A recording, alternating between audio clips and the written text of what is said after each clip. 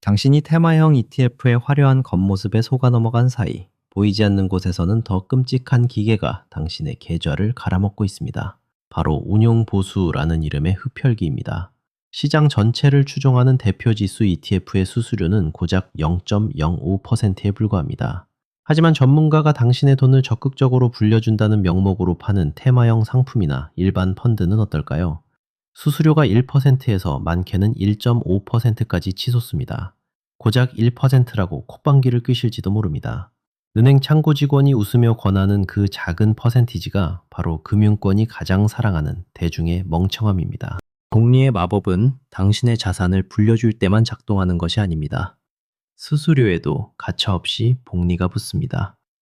거시경제의 폭락이 찾아와 당신의 계좌가 반토막이 나고 피눈물을 흘릴 때도 자산운용사의 수수료 기계는 단 1초도 멈추지 않습니다.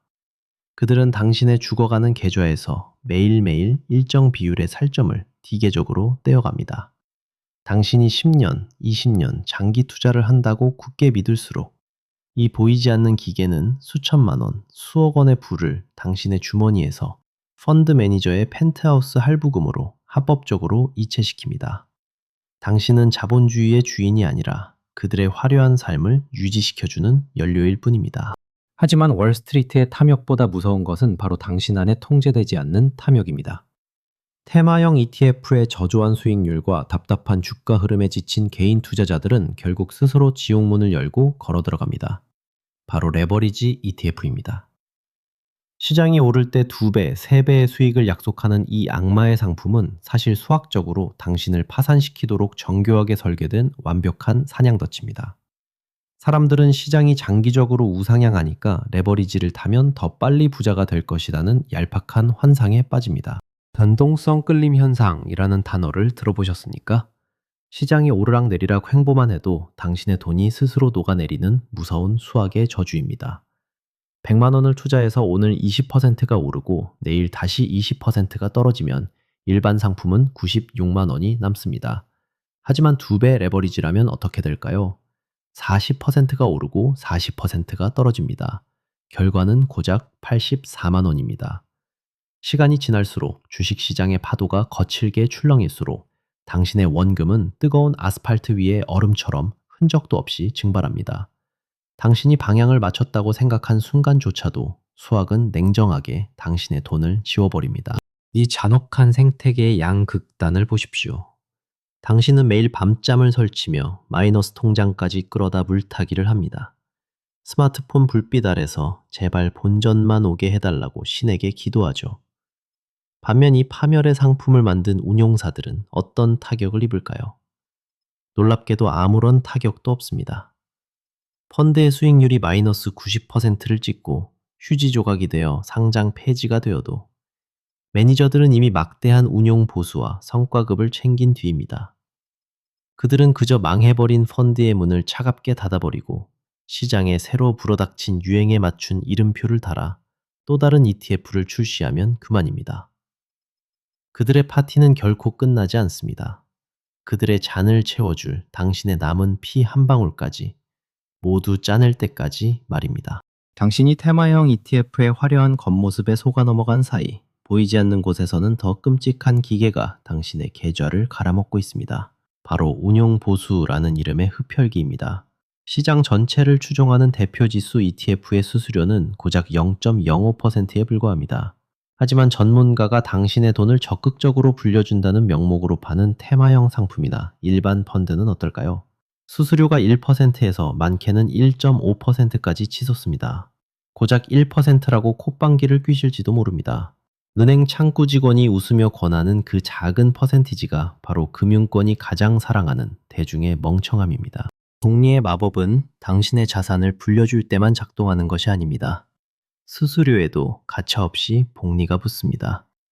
거시경제의 폭락이 찾아와 당신의 계좌가 반토막이 나고 피눈물을 흘릴 때도 자산운용사의 수수료 기계는 단 1초도 멈추지 않습니다.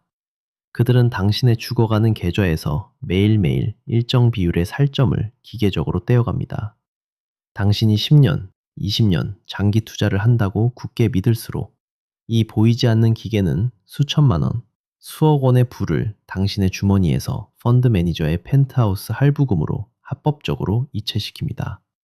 당신은 자본주의의 주인이 아니라 그들의 화려한 삶을 유지시켜주는 연료일 뿐입니다. 하지만 월스트리트의 탐욕보다 무서운 것은 바로 당신 안에 통제되지 않는 탐욕입니다. 테마형 ETF의 저조한 수익률과 답답한 주가 흐름에 지친 개인 투자자들은 결국 스스로 지옥문을 열고 걸어 들어갑니다. 바로 레버리지 ETF입니다. 시장이 오를 때 2배, 3배의 수익을 약속하는 이 악마의 상품은 사실 수학적으로 당신을 파산시키도록 정교하게 설계된 완벽한 사냥덫입니다. 사람들은 시장이 장기적으로 우상향하니까 레버리지를 타면 더 빨리 부자가 될 것이라는 얄팍한 환상에 빠집니다. 변동성 끌림 현상이라는 단어를 들어보셨습니까? 시장이 오르락내리락 횡보만 해도 당신의 돈이 스스로 녹아내리는 무서운 수학의 저주입니다. 100만 원을 투자해서 오늘 20%가 오르고 내일 다시 20%가 떨어지면 일반 상품은 96만 원이 남습니다. 하지만 2배 레버리지라면 어떻게 될까요? 40%가 오르고 40%가 떨어집니다. 결과는 고작 84만 원입니다. 시간이 지날수록 주식시장의 파도가 거칠게 출렁일수록 당신의 원금은 뜨거운 아스팔트 위의 얼음처럼 흔적도 없이 증발합니다. 당신이 방향을 맞췄다고 생각한 순간조차도 수학은 냉정하게 당신의 돈을 지워버립니다. 이 잔혹한 생태계의 양극단을 보십시오. 당신은 매일 밤잠을 설치며 마이너스 통장까지 끌어다 물타기를 합니다. 스마트폰 불빛 아래서 제발 본전만 오게 해달라고 신에게 기도하죠. 반면 이 파멸의 상품을 만든 운용사들은 어떤 타격을 입을까요? 놀랍게도 아무런 타격도 없습니다. 펀드의 수익률이 마이너스 90%를 찍고 휴지 조각이 되어 상장 폐지가 되어도 매니저들은 이미 막대한 운용 보수와 성과급을 챙긴 뒤입니다. 그들은 그저 망해버린 펀드의 문을 차갑게 닫아버리고 시장에 새로 불어닥친 유행에 맞춘 이름표를 달아 또 다른 ETF를 출시하면 그만입니다. 그들의 파티는 결코 끝나지 않습니다. 그들의 잔을 채워줄 당신의 남은 피 한 방울까지 모두 짜낼 때까지 말입니다. 당신은 이제 막 레버리지라는 늪에서 간신히 살아남았다고 믿을지도 모릅니다. 운 좋게 테마형 주식 몇 개에서 수익을 보았고 내 계좌는 드디어 승자의 것이라며 자랑스럽게 생각할 수 있습니다. 하지만 시스템은 당신의 그 알량한 승리를 결코 가만히 두지 않습니다. 당신이 땀 흘려 번 수익금, 밤잠을 설쳐가며 지켜낸 자산이 아직 진정한 당신의 돈이 아니기 때문입니다. 바로 조세제도의 칼날이 기다리고 있습니다. 국가의 세금 징수 시스템은 주식시장의 그 어떤 조작 세력보다도 냉혹하게 설계되어 있습니다.